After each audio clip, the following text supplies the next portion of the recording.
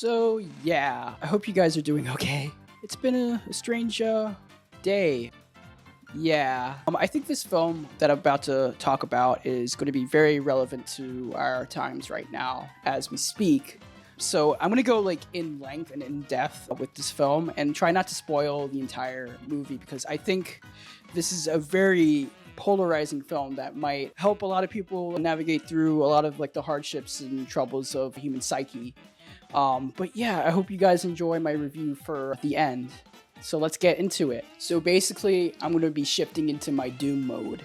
We're going to be like Doom posting. We're going to be like talking about Doom and terror and like climate change and just a lot of like bullshit. So yeah, let's like get into this video of the end. So Obama's talking about all of this with the global warming and that, and a lot of it's a hoax. It's a hoax. I mean, it's a money-making industry, okay? It's a hoax. You all come to us young people for hope. How dare you?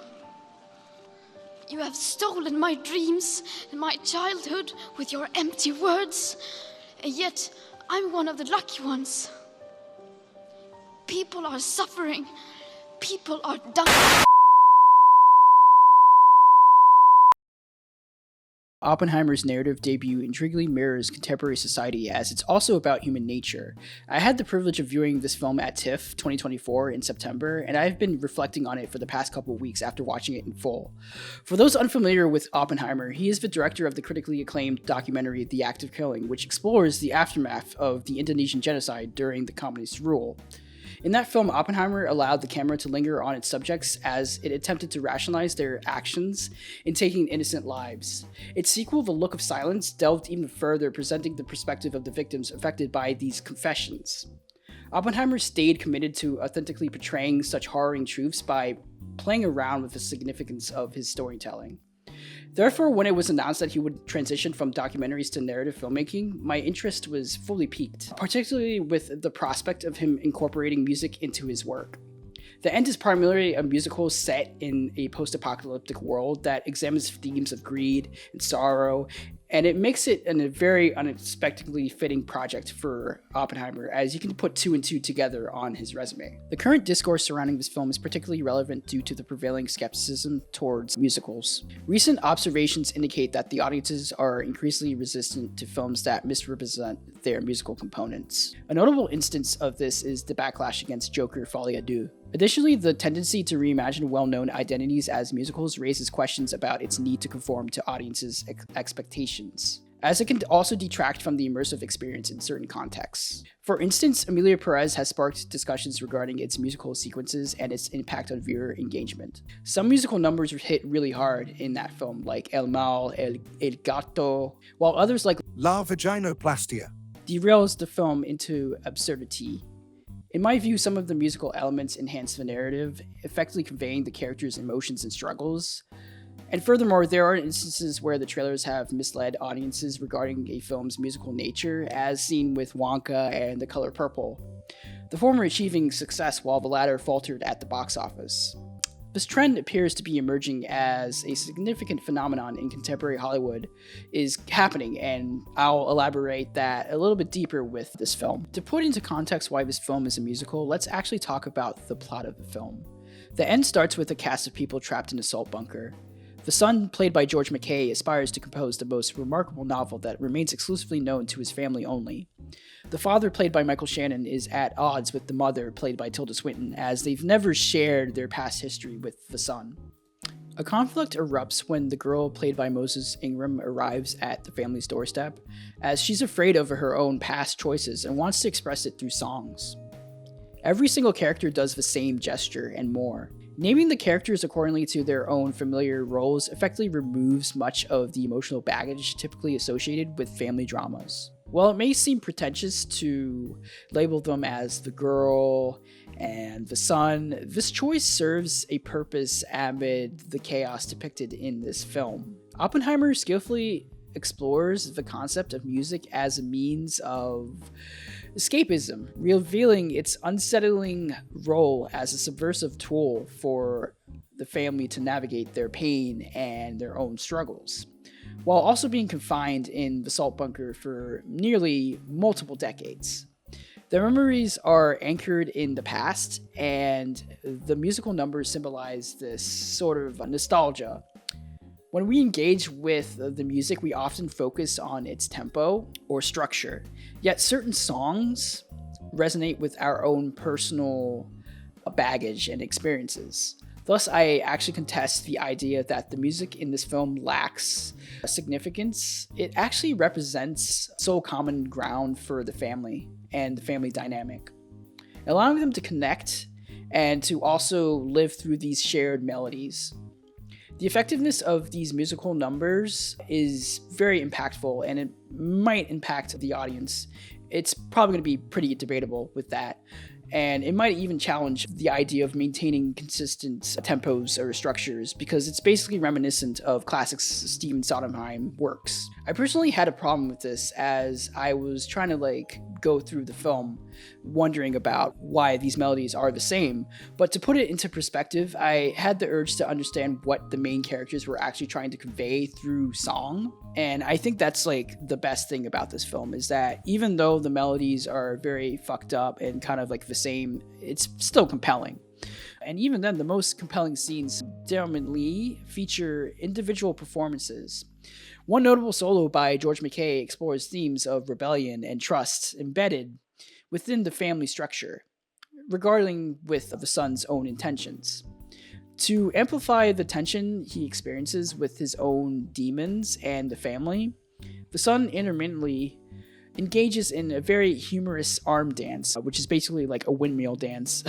And this gesture can be interpreted as some sort of ambitious critique on the family's insensitivity towards climate change, a theme that I'll tap into a little bit later. But yeah, overall, this perspective offers a fascinating interpretation of the film, despite the screenplay somewhat being very disjointed in its nature. I do also contest that George McKay and the ensemble cast delivered dedicated performances. My shortcomings are pretty much evident in the performances of McKay, Ingram, and Shannon, who pretty much grasp the assignment effectively.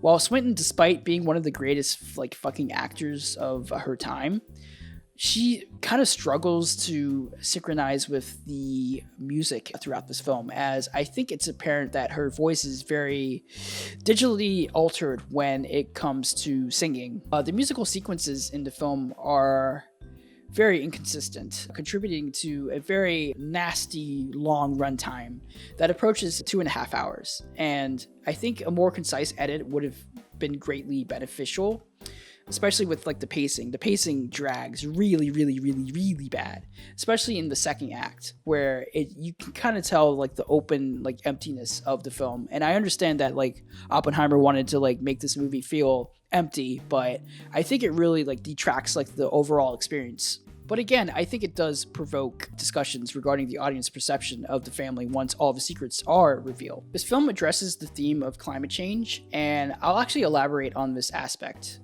The family depicted in the story once possessed a significant amount of oil resources, either in America or globally, although this is only briefly mentioned in their background.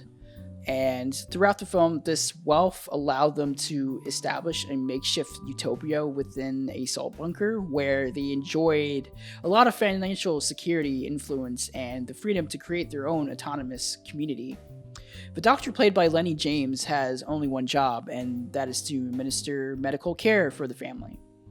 The friend, played by Bruna Gallagher, is the family friend and is contemplating about the choices she's made in the past. Tim McNary plays the butler and is only there to entertain the family's enriching understanding of the arts through song and dance. They are the only people who are cleaning up the mess in their autonomous world, and it's only by the arts. Certain scenes featuring Moses Ingram suggest that the outside world has been devastated, possibly due to pollution, leading to a catastrophic decline of the earth. However, it remains ambiguous whether this decline is solely due to the environmental factors or if there are external threats such as monsters or anything endangering humanity.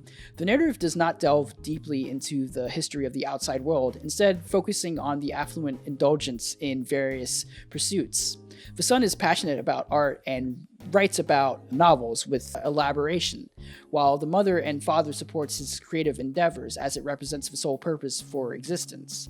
So the question is, are we really cleaning the world? The evidence suggests that we're not doing that, and it's a no.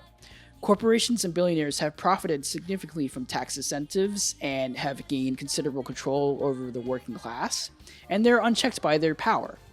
The family depicted in this film has survived the collapse of the Western civilization, yet they remain oblivious to the impending doom facing humanity and the planet. The father has amassed wealth through alliances with corporations and the elites, even dismissing the idea of his own downfall through humor in the film. Michael Shannon delivers this role with remarkable finesse, allowing the audience to ponder the mortality of these characters. Despite some dissatisfaction with the film's latter half, I found the underlying themes to be very compelling. The world is undergoing a reset primarily inside of a solitary salt bunker.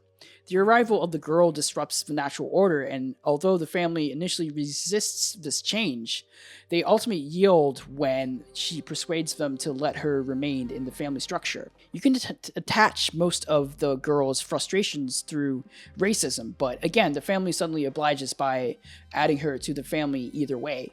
So that theme crumbles after the middle section happens. Where the film ends is up to debate.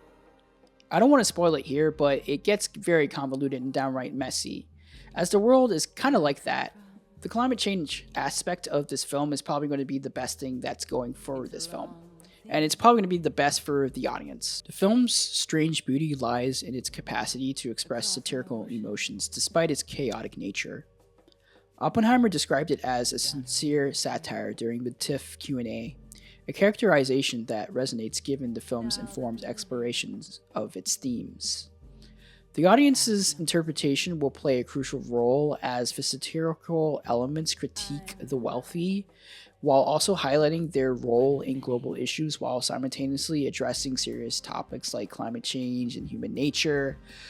This film has a very candid notion of that, and it goes a little bit deep into the flaws of humanity while also inviting humor, particularly in its portrayal of the main characters, who are just like ridiculed and scrutinized throughout the film. The musical aspects of this film enhances the complex emotions the characters are going through. Unfortunately, it's very disjointed with its dialogue and basically underscores the oppressive nature of the wealth gap and inequality, and its impact on the working class in the film. I think this film does, however, open a great dialogue about these issues while also adding music to the narrative to, spice things up. Again, I had some problems with this notion, but it was still a really crazy experience to witness with my own two eyes. And you know what? Despite this film being very all over the place and messy, I think this film does a really good job conveying a lot of the themes of climate change and humanity and small emotions and human nature. Even though despite it being very disjointed with its dialogue and some of the moments in the middle where it starts to drag significantly. But I think the performances in this are pretty strong, especially coming from George McKay and Michael Shannon and Moses Ingram and Tilda Swinton. I think the entire ensemble cast does a really good job with the material at hand. And I also think that Oppenheimer, despite this being his first narrative film, he does have a lot of juicy moments to kind of ramp up the narrative, and I think that's mostly due to some of the musical numbers, especially the solo ones with George McKay and Michael Shannon. They both have really amazing solo performances, even though it's in the same tempo and in the same kind of structure. But again, I really was fascinated by this film. I think it'll maintain a cult status when this film comes out, especially for musical theater fans. And you know what? I actually want to hear people's thoughts about this film when it comes out in December. When I saw this at TIFF, a lot of people were split on it. Either they called it one of the worst musicals of the year, Joker 2, or were kind of in the middle. And I'm still in the middle of liking this film. There again has some really kind of lazy plotting and kind of middling plotting in the middle of the film. But I do think also with its themes crammed together, it does have a really impactful theme going towards the film near the end of the film, hence the end. But that's just me. That's my 2 cents. Let's get to work with forming your own opinion about this film. I hope you guys enjoy this video, this lengthy video about a movie that hasn't come out yet, but I was blessed enough to see it way before you fuckers. So, yeah, I hope you guys enjoyed this video. Take care. Peace out.